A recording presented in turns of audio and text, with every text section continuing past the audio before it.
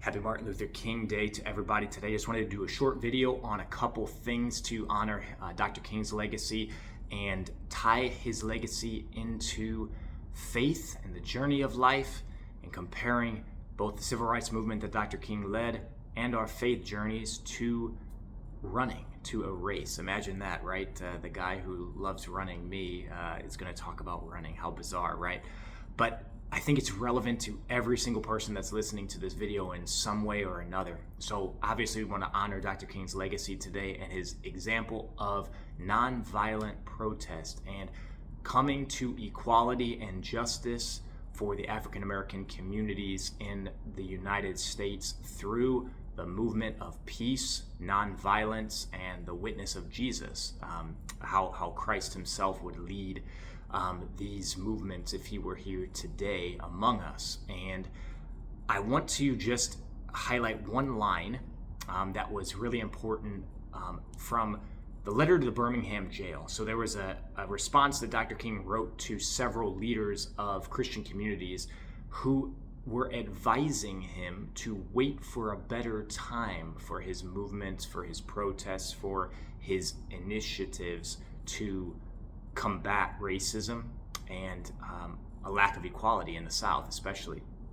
And he completely disagreed with this idea of waiting for a better time, because the time is now, and we cannot be lazy people in faith, with our health, in equality, in issues that are in our world, in our nation, in our local community, wherever. And so there wasn't a better time. Okay, Dr. King was arrested in 1963 and placed in the Birmingham jail, where he wrote this long letter in response to the opinions of several leaders.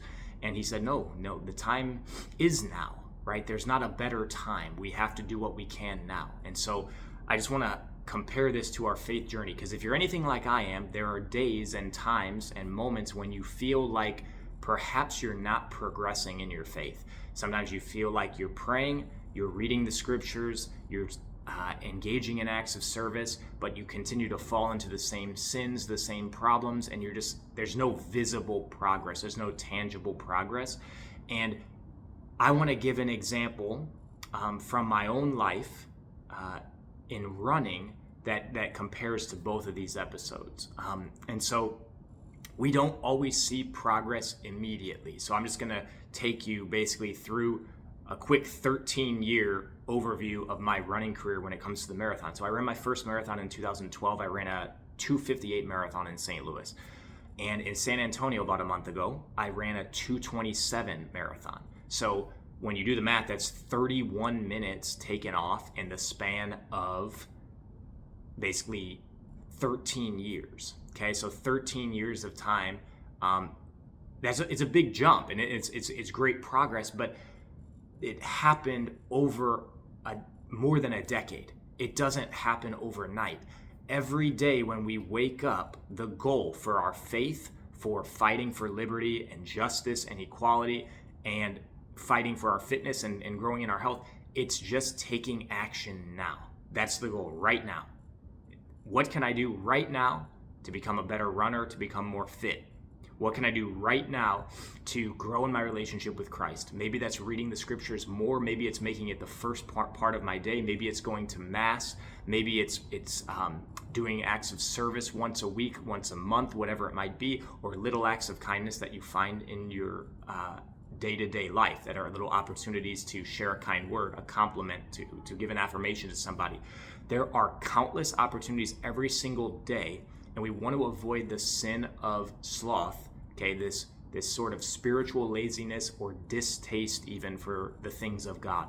We want to act now. That doesn't mean that there's going to be some grandiose thing immediately that's always on our plate that we can do. Like leading a civil rights movement, it's not something that we can do every single day, but we can do little acts that through our words, through our actions, we can give an example like Dr. Martin Luther King did, like Jesus Christ did, of loving people peacefully, seeking to spread light to them, love to them, goodness to them, and fighting for justice in the little things of our day-to-day life. And if you're a runner, if you're into health and fitness, there is something you can do every single day to grow, even if you don't see the results immediately.